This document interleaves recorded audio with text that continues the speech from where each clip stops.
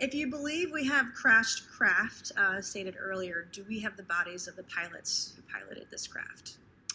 As I've stated publicly already in my News Nation interview, biologics came with some of these recoveries. Yeah. Were they, I guess, human or non-human biologics? Non-human, and that was the assessment of people with direct knowledge on the program I talked to that are currently still on the program. And was this documentary evidence, this video, photos, eyewitness? Like, how would that be determined? The specific documentation I would have to talk to you in a skiff about. Gotcha. Okay. So, and you may or may not be able to answer my last question, and maybe we get into a skiff at the next hearing that we have, but who in the government, either what agency, sub-agency, who should be called into the next hearing about UAPs, et cetera, do we need to call in to get these questions answered, whether it's about funding, what programs are happening, and what's out there? I can give you a specific cooperative and hostile witness list of specific individuals that were in those. And how soon can we get that list? I'm happy to provide that to you after the hearing. Super. Thank you. And I yield back. With that being said, you have mentioned that there's interdimensional potential. Could you expound on that? In terms of multidimensionality, that kind of thing, the framework that I'm familiar with, for example, is something called the holographic principle.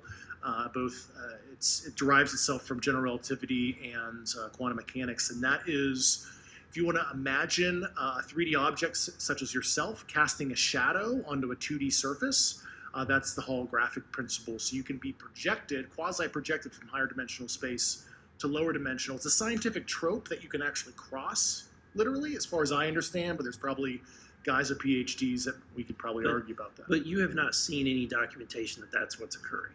Only a theoretical framework discussion. Said that the U.S. has intact spacecraft. You said that the government has alien bodies or alien species. Have you seen the spacecraft? I have to be careful to describe what I've seen firsthand and not in this environment, but I could answer that question behind closed doors. And have you seen any of the bodies? That's something I've not witnessed myself. There are common characteristics to the UAPs that have been cited by different pilots. Certainly. We were primarily seeing dark gray or black cubes inside of a clear sphere. I'm sorry, dark gray or black cubes? Yes, inside of a clear sphere. Believe it or not. So. All right.